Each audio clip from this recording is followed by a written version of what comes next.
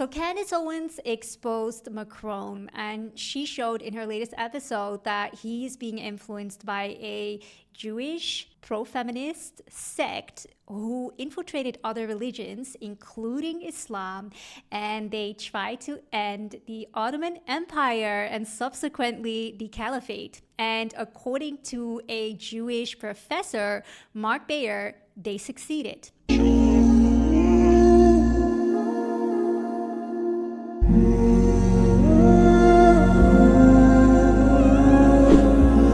My name is Raisa Ghazi. For those of you who don't know me, I'm a global public speaker on leadership and I majored in political science. So this is exactly what I like to talk about. And today we're going to talk about this sect, which Candace Owens outlined and explained in her podcast, her latest show, that focuses on women. They target women, and they are based on this black magic tradition within Judaism, which is called Kabbalah. And this is something that's described in the book by David Macron, and that is another very famous psychologist and professor. So what makes this sect or cult, you could say, a feminist cult, pro-feminist cult? Well, once I started reading about it, I felt like this was the thing that stuck out for me the most. They specifically target women, this sect, and that's described on the Jewish Women's archive on the website of them. And they say that they specifically target women with their ideology, and their ideology, they say, is very attractive to women because they claim that God is partially a woman, but also that they are paving the way for female prophets. And they also say that gender roles are demonic. Letting a man be the leader of a household or asking his consent would be demonic, and that perfect gender equality was the end goal, and that would lead to a perfect world. But it didn't stop there. It also had a very dark twist, I would say. Okay, so one part is also they were fighting gender norms and gender rules, but that I still would group under feminism. And then another part was that they believed that through sin would come salvation. And I don't know if you know that concept. I kind of had to learn about it myself. But it basically means that you have to behave in a very sinful way before the world can become a better place. And they believe this was the case because God was also partially evil. Astaghfirullah, they really said bad things. They also had these like dark things they wanted people to do, like overthrow sexual limits, which I guess could be grouped under, feminism, because you have to be like sexually liberated. That also meant that there were relations between children and adults, or fathers and daughters. Like, the whole thing is just crazy. But basically, there's a lot of books that have been written about it, but I guess the one by David Macron, it goes into this the most because it also goes into the life of Sigmund Freud, who also has these very scandalous affairs. Okay, so anyways, that's the feminist edge to it, but yeah, also a little bit the dark edge to it. So I started researching it after I watched the episode by Candace Owens, and I'm going to explain to you what Candace also found. But I found some crazy things. I'm first going to tell you about what Candace found, because then I can tell you what I found. Okay, so Candace, she described in her latest podcast that psychoanalysis by Sigmund Freud has these influences of the dark magic, black magic sect or tradition within Judaism, which is Kabbalah. Okay, she already explained that, and she explained that this cult, which was founded by Sabbatai Seifi and then later on was being continued and carried on by Jacob Frank, that they practice this black magic as well. Okay, and so I'm gonna tell you about what she presented, like what findings she specifically presented, which were so juicy in her podcast. So she basically talks about Macron, and if you follow her, you know she talks about him more often. What Candace described in her latest episode is that she received a phone call from President Trump where he asked her directly to stop talking about President Trump and President Macron and his wife. And the thing is, this was at the request of President Macron, Candace described, because she said that Macron was willing to stop the war between Ukraine and Russia if Candace would stop talking about his wife. Can you imagine? Like, that's so crazy. And so the backstory is Candace made a documentary about Macron's wife being a transgender. I have to be honest, I never watched it. She researched apparently his childhood or her childhood and, found evidence of this. And I understand that a lot of people believe that it's like, super hard evidence. I wouldn't know. It seemed really juicy, but I try to train my mind not to watch TV like that unless it has like a purpose, like it's informative or for my work or religion. I don't watch these type of things. And I guess from an Islamic perspective, we're not supposed to really pry into people's lives. But I don't know. I think you're not supposed to look into it. That's what I thought. That's why I didn't watch it. But, this info is not relevant to me, so I didn't watch it. But in her latest podcast, she showed that it had to do, like her latest podcast had to do with Trump. So I was like, yeah, I'm going to watch it, And so what Candace does is she goes back to the origins of, the French Revolution. Like, what was that based on? Who sparked that? And she found a connection between this sect and the French Revolution and the current French elite. They're influenced by this sect, she explains. So that's really juicy. And so then she says that, Sabbatism, I think it's you're supposed to say, Sabbatism was this movement which was founded by a rabbi who practiced Jewish black magic, okay? And Sabbatism was founded by Sabbatai Sefi, and he claimed to be a messiah. And I think almost, I think all religions kind of have this. You have one person who comes in and starts saying, oh, I'm another prophet, or I'm a messiah, or, starts to add something to the religion. Candace explains it very clearly. She says it's a schism within Judaism. And she says it's like the same, like with Islam, you have Sunnis and Shias. And so they had that as well. And so Sabbatai Sefi was this person who said he was a messiah. And many Jews don't believe that. They think that this is not true. And then there was another follower of Sabbatai Sefi who is Jacob Frank. And so Candace talks a lot about Jacob Frank because Jacob Frank ends up converting into Christianity. And that's the strategy of religions because they have a strategy of apostasy. So they are actually part of this sect within Judaism, but then they pretend to convert to another religion. And then Kenneth said that they do it because they want to actually destroy the religion from within. What's really cool is Candace basically mentions that this has been done by Jacob Frank. He converted to Christianity, and she explains how that today is still visible in like all these scandals in the church, and all these like perverted, like I guess powerful elite people who are still practicing the rituals of the sect. And so she explains some of the rituals of the sect, and she says that they believe that committing sin needs to be done to expiate sin. And I never understood that concept. It was kind of new to me, but I guess the idea is that you have to break the world free from sin by committing sin. And so they would do very atrocious things like committing sexual assault against children, but also within families like fathers and daughters, stuff like that. Just a lot of sexual promiscuity in general. And she also mentioned that they would glorify military power and adding the different genders, all of this to commit a lot of sin, and then they would have a lot of power in a society. And so I did read the book that she mentioned by David Bakan. And in this book, I also read that, like, they believe that through sin will come salvation. And David Bakan is a very famous psychologist. He's a professor. And they believe the holiness is held fast, and the Messiah has to completely enter into demonic power to liberate the holiness. How insane is that? Anyways, okay, so what's interesting, though, is that Candace, she talks mostly about how this impacted Christianity, because obviously she's a Christian. But 2 times she mentions that they also convert into Islam.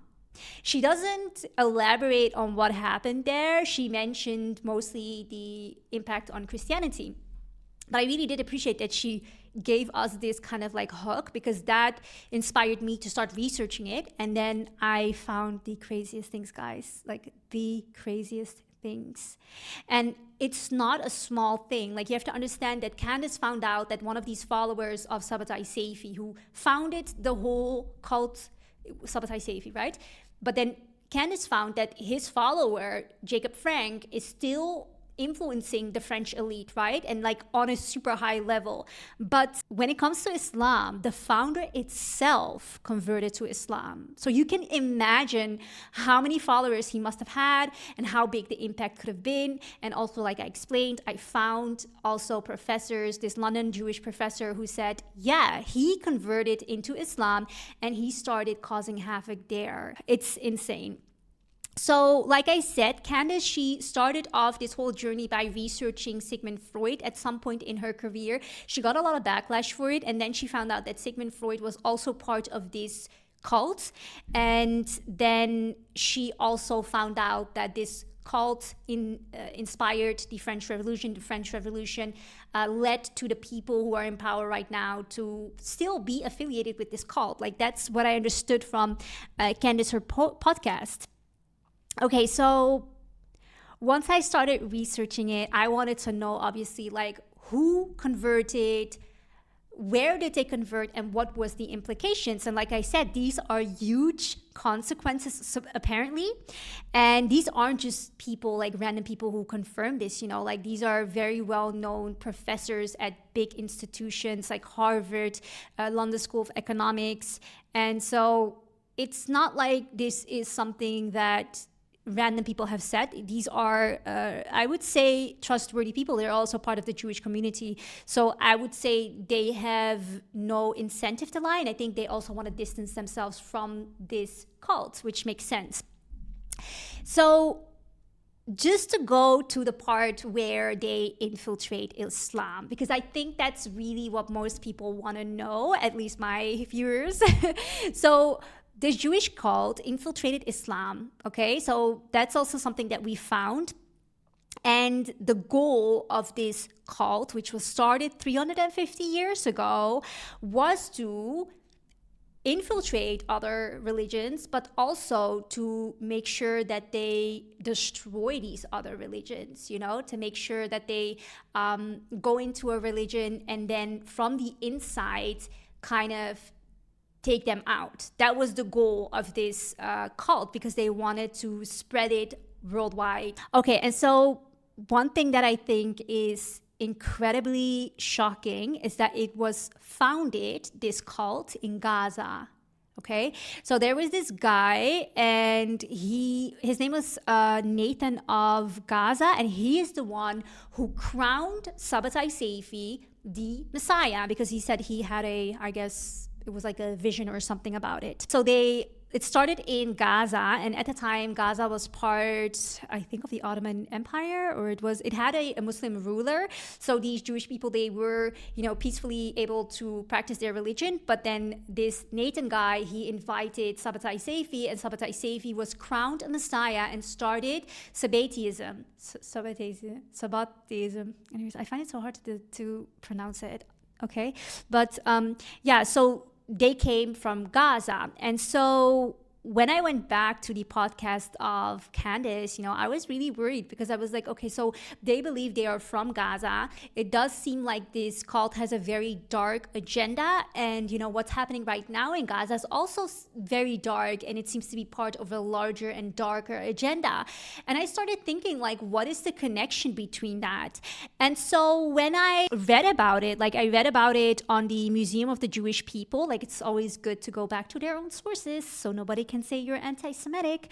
But basically on the website of the Museum of the Jewish People, they also proudly state that the Sabbatian movement started in Gaza and then, you know, evolved into Hasidism, and then from Hasidism to Zionism.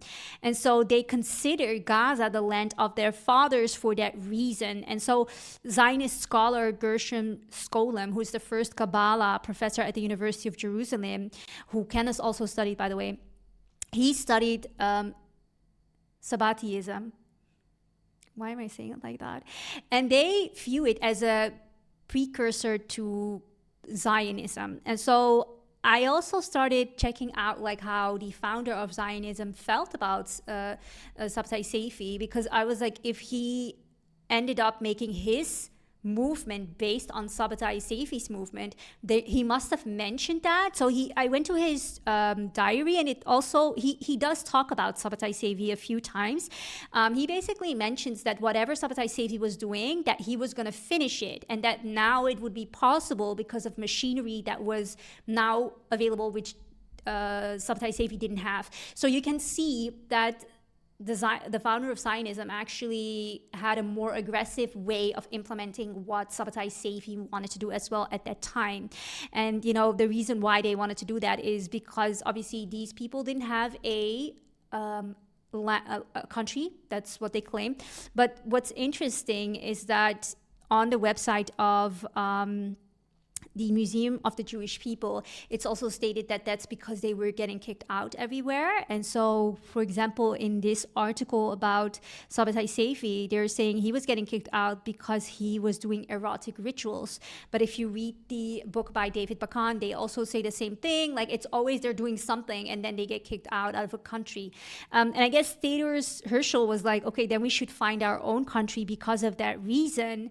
And the one thing that I find very interesting is that, like, all these professors, they keep saying that these people were mentally ill. Like, these were people who were like psychotic. So for them to have a connection to Gaza, I thought that was really shocking. And that's why I also want to reiterate, and I say this always, the situation in Gaza, it's a religious war. If this is the founding place of a cult based on black magic in Judaism, and these people who are followers of them, they believe that this is the place where this all started and this is the land of their fathers, and they also believe that through sin will come salvation, you best believe that there is very dark things happening to defeat the people and to, you know, commit a lot of sin, because through sin is going to come salvation, right? And that's why I always say, like, with Gaza, like, if it is a religious war, we should also be treating it as one. We need to focus on our religious activity as well, which is just praying, it's fasting, it's, you know, pleasing Allah, so that we can ask for things and then our prayers will be heard. Like, I don't think we need to go to another concert. We don't need to sing another song. We need to, you know, focus on our religion, because it seems to be like this is a religious war. I feel super scared for Gaza. I was shocked when I read this, and we absolutely need to pray more for Gaza and treat this like the religious war that it is. That's what I concluded. Okay, but then I want to go a little bit back and also talk about the ending of the Ottoman Empire and the Caliphate, because that turns out also to be a part of, you know, the strategy of these sects. So, like I said, they had a strategy of apostasy. Say they would convert into other religions and then try to destroy the religion from within. And Candace talked about the Christian perspective. I researched the impact on Islam. I found out that Sabbatai Seifi, the founder of the movement, he converted to Islam. And this is something that everybody in this world, like this like all these websites about Jewish history, they confirm this. Like, this is not a secret. The reason why it kind of differs everywhere. Some people say he was forced. Others say it was a strategy to survive. Like, there's many different stories about it. Like, I personally wouldn't say it was forced, because Islamically speaking, we are not allowed to do that. And if I understand from, you know, their strategy is to convert, then I get why he would want to convert to Islam. And so there's this professor, his name is Mark David Baer, and he is a professor in international history at the London School of Economics and Political Science.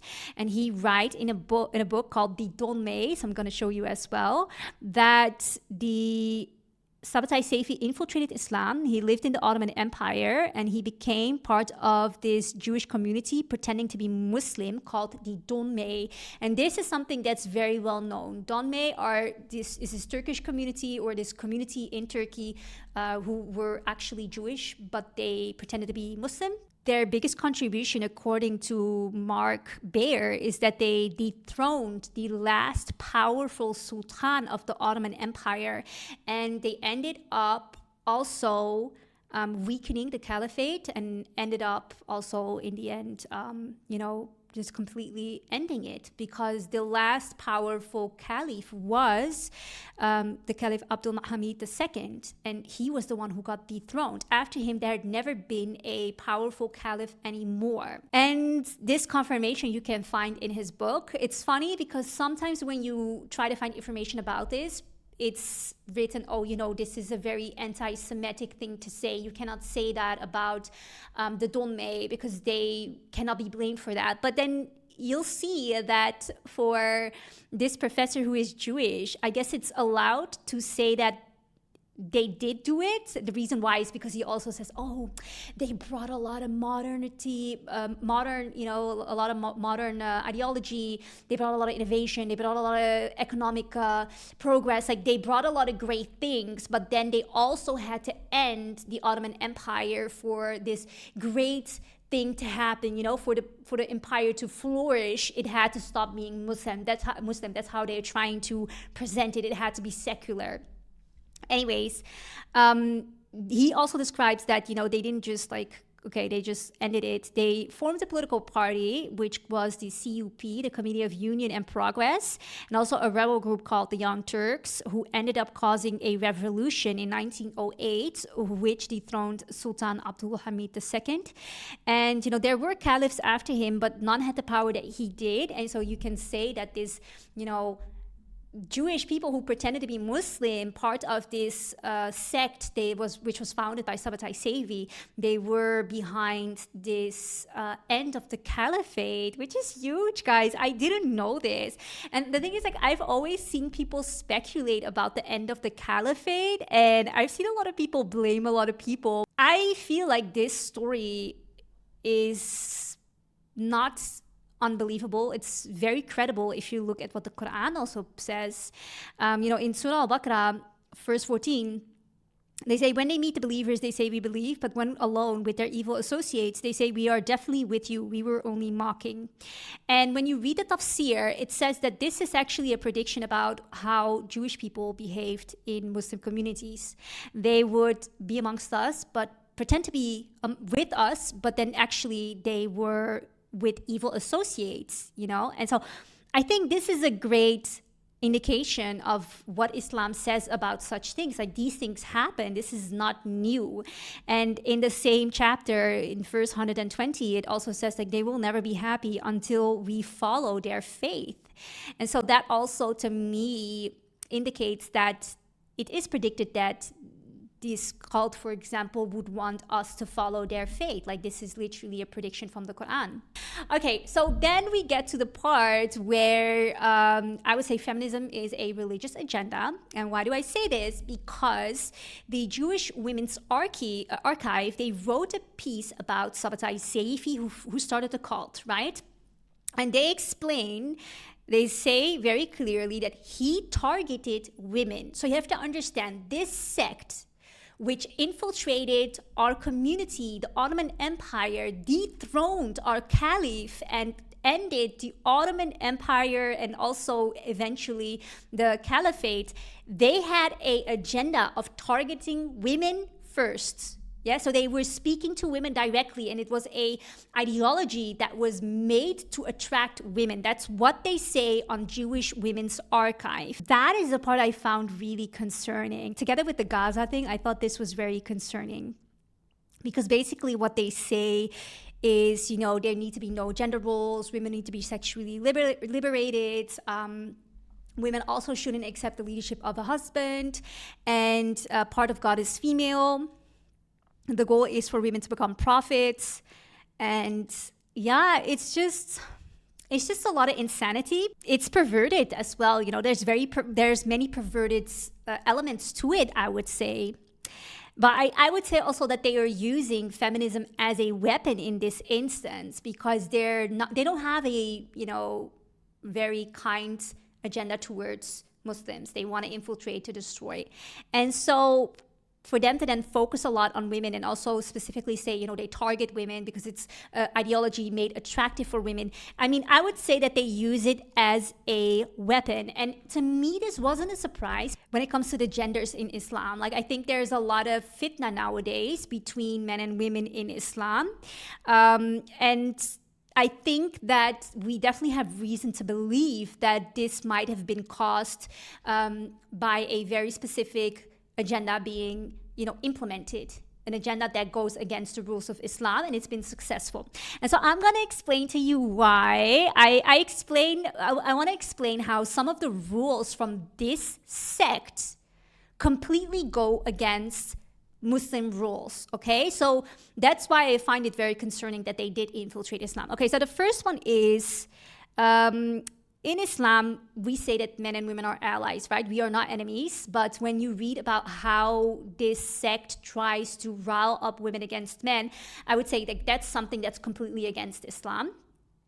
The second thing is, they basically tell women you shouldn't take consent from your husband. But in Islam, that's actually something that you have to do. Like when you want to go outside, you have to ask consent of your husband or your guardian. And basically, when you do something in life, you should include the person who's protecting you. That's the idea in Islam. And so this Sabbatai Seifi, a direct quote of his is, "Woe unto you, miserable women, who for Eve's sin must bring forth your children in sorrow, and you are subject to your husbands. And all that you do depends on their consent.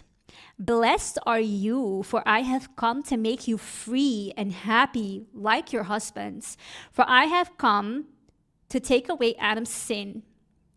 And so the idea is that women shouldn't, you know, be childbearing for their husbands. They shouldn't be subject to their husband. They shouldn't ask for consent because that's what's making them unhappy.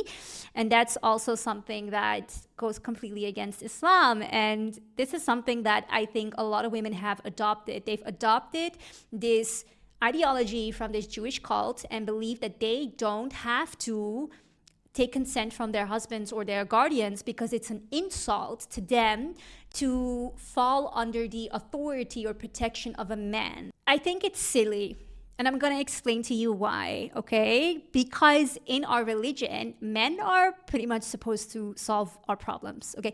They're supposed to protect us when we are in danger, when we have an issue. They're supposed to emotionally be there, you know, physically be there. They have to solve our problems, you could say, which is actually a very positive thing because, you know, men, they produce oxytocin when they solve problems. So that makes them happy. And so for women who physically are less strong, but mentally also have more to deal with, like we have more hormones and more emotional instability. Like this has been proven. Like I don't want to get attacked for this, but this has been proven. I think it's really good to have someone to protect you. And like, I'm going to give you an example.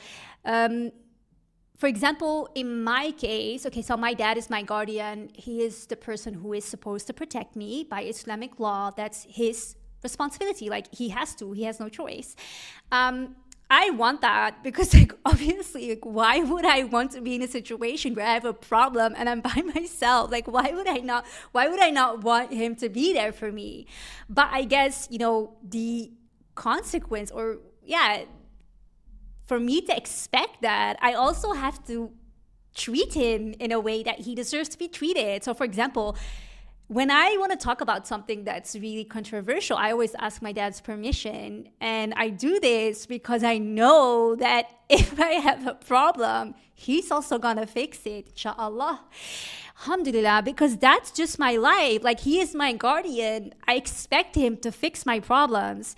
But then I feel like women who say they don't want to, for example, take the consent of a husband when they leave the house. But like when you have an issue outside the house, who would you call?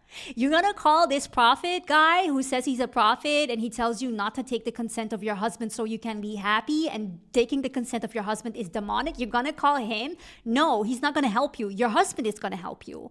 And so for people to expect a lot of like, you know, chivalry from a man, like there's also going to be an other side to it. And I do think that sometimes in this instance, women can be a little bit ungrateful, and they're like, no, he has to do all of that for me, but I don't have to do anything for him. And like, that's just like really, it's just very entitled behavior.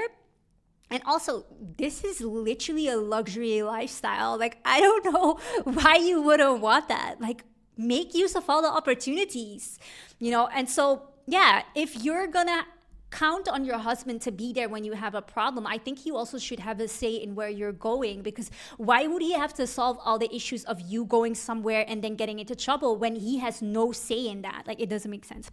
Okay, anyways, that's something that I do see in our religion, that there's this power struggle nowadays where Muslim women say we don't want to follow the rules of the Quran because we don't think that's fair to us, or it's insulting, or we are made to seem lesser. No, you're not. The person who has to solve all your problems, he's the one with huge responsibility on his shoulders. And like, that really gives women, I would feel, like the better position to be in. But okay, other ways in which I feel like they're spreading this ideology. So first, they're targeting women. The second thing I think they do is they use the media to proliferate, to spread the message, right? And I think one particular channel is like 100% part of the agenda, that's Netflix, because Candace explained that the world kind of has hidden that Sigmund Freud was heavily influenced by this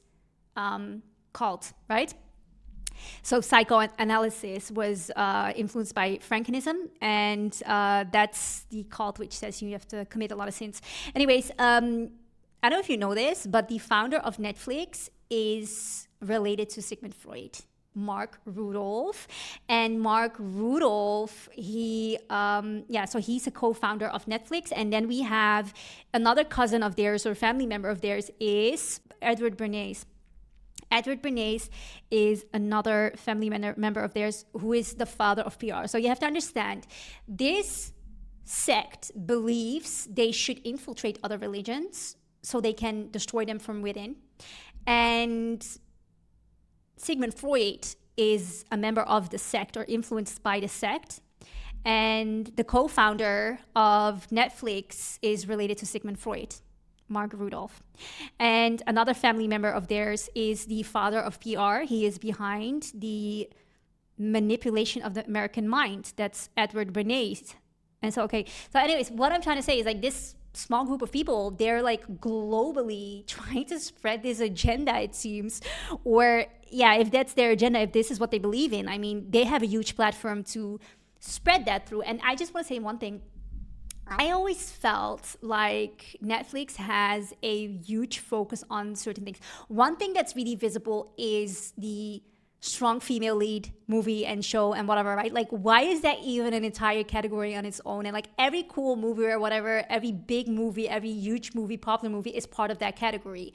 So that's one thing where I think it's visible, because like, obviously this sect is super pro-feminism, and so is Netflix, it seems.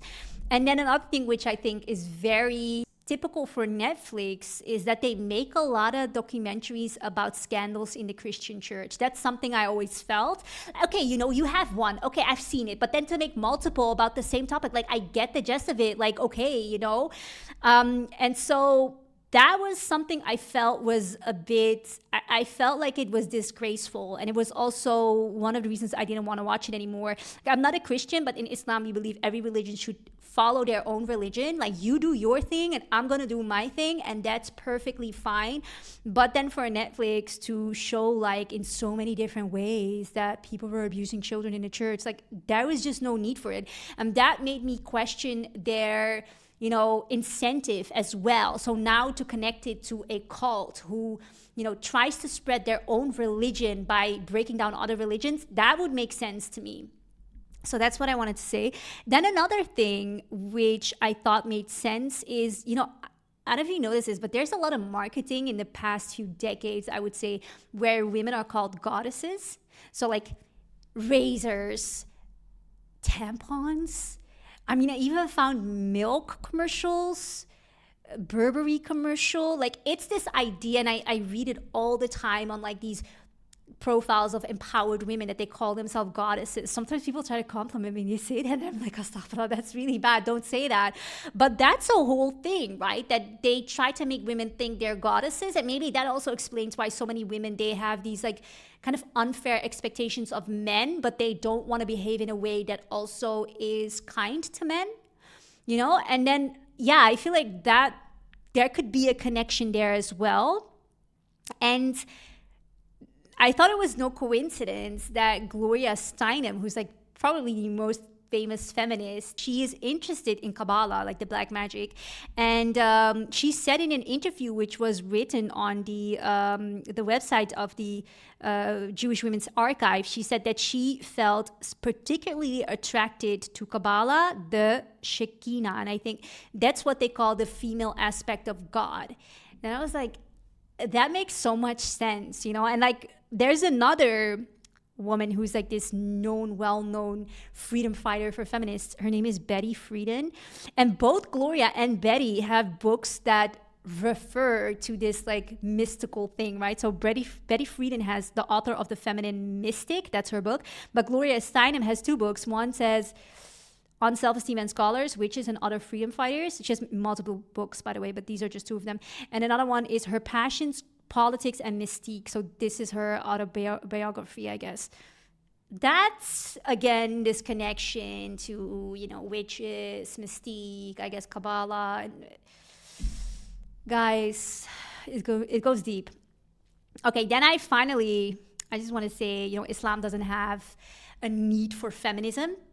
That's something that I think should be clear. I think there's three waves of feminism, right? I think the first wave of feminism is when Western women got Muslim rights, okay?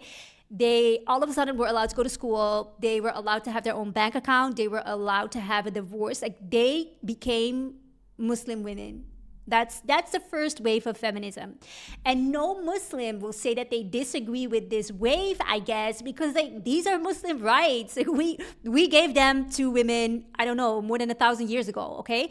But people would like to say, oh no, only modern Muslims would agree with feminism. That's not true. Like, people would say maybe extremist Muslims would not give women these rights. If you're an extremist Muslim, you follow Islam by the book, you would 100% give women the right to get a divorce or go to school or have their own money, because that's Islam. And if you're gonna extremely implement Islamic rules, you're gonna implement those rules. But either way, you know, Islam doesn't know extremism because it's a religion of moderation.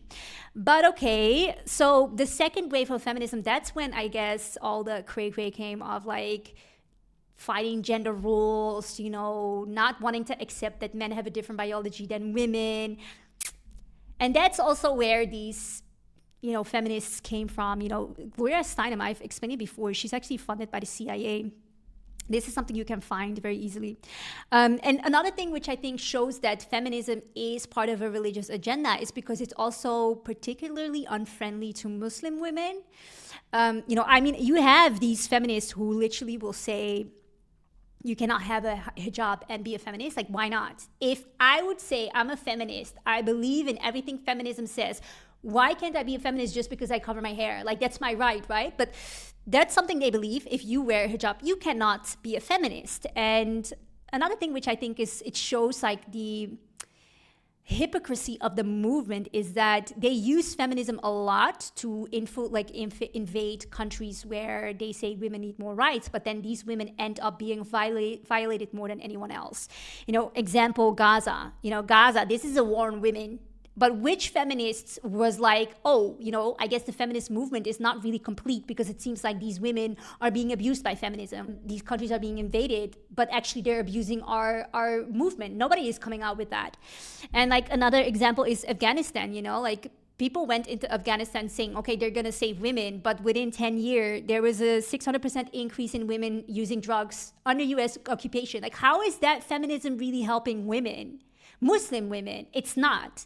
It's clearly harming Muslim women. So if feminism is not a religious ideology, why is it so unfriendly towards Muslim women? It's because Muslim women, they don't accept feminism in the way that this religious agenda describes it. No consent from your husband. That's That's demonic. God is partially woman. Like Muslim women could never accept that. Sexual liberation is a must to achieve a perfect, like that's not something that they can shove down Muslim women's throats. And that's why they, that's how they show that feminism is part of a religious agenda. Anyways, yeah, and the latest one is obviously Iran. They were gonna save the women of Iran by bombing the country and all the Iranian women in it.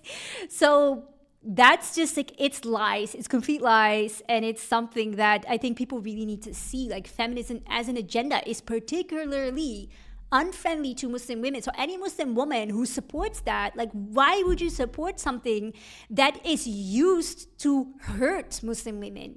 Those unveiling ceremonies in countries like Algeria, where they were trying to rile up Muslim women against their husbands, in the name of feminism, in the name of saving them. And then women would be forced to take off their hijab in ceremonies in the streets. I'm sorry, but that's not nice. Like, that's not kind to Muslim women. Okay, anyways, that's something I just wanted to mention. Then finally, okay, I'm just gonna announce the next episode because there's so much more to it. I thought I'd be finished already, but my idea about this is that some of these movements that we blindly follow, they seem to be atheists. They seem to be not related to any religious agenda. And I think that's something that we Muslims need to be very aware of. There might be other religions who want to spread their religion without us knowing. They want us to follow their beliefs and their ways of behaving without telling us. And that's something that I think Candace Owens exposed with her podcast and her show very well. And I'm really grateful for that, And I think that we Muslims, we need to be very aware of the impact that feminism has had, also through the infiltration of the Ottoman Empire and the ending of the Caliphate. That's something I think it's huge. It's a huge thing. We need to all think about how this has impacted us, which beliefs we've adopted, the things we've seen a lot around us on Netflix, but also in our societies, which made us think a certain way. And obviously, I would love to be the person who calls out these things and tries to make people aware of it. But sometimes I also feel like it's such a big agenda. Like, how can I even do this? Like, it's impossible. That's how I feel. And that brings me to another point. Like, I think there's sometimes a lot of criticism on Muslim women where people will say that Muslim women, they decide whether our societies thrive or not because they give birth to all the children. I would disagree with that because I think that in our religion, men also have a degree over us. They are seen as the people who are supposed to protect us. So in case of this cult infiltrating Islam, targeting women, I do think that men are supposed to be the ones protecting women. And I think that men don't really know at this point how to do that. I really do think that's a problem. But I also want to discuss something else, which I think could be the reason why men don't know how to protect women anymore, how to treat women anymore. And that's an agenda which I've researched for a long time now, which promotes the emasculation of men. And this isn't just something I, feel or, I've just anecdotally seen. I've researched several elements of our society where it turns out that it's designed to emasculate men. For example, the current education system is designed to make girls excel and boys drop out. This has been proven. The entertainment industry is designed to make men demotivated to work and uninterested in pursuing families. This has been proven. Academia, the media, and even political leaders are pushing values like emasculation, women abusing men, and men being weak, and trying to normalize feminine men. And I mean, the academia that they push this agenda. I can show you examples of the most elite universities who push this agenda. Like, I'm not making this up. Many of these elite universities have programs designed to make men believe that they should be less manly, and if they behave in very masculine ways, that they are toxic. I can show you the exact examples, and I will do that in my next episode, inshallah. And I think we need to take a stance against this. I think that men need to take a stance against it. They need to protect their women, and you need to be strong yourself first. That's what I think is really important. So inshallah, I will see you next time again.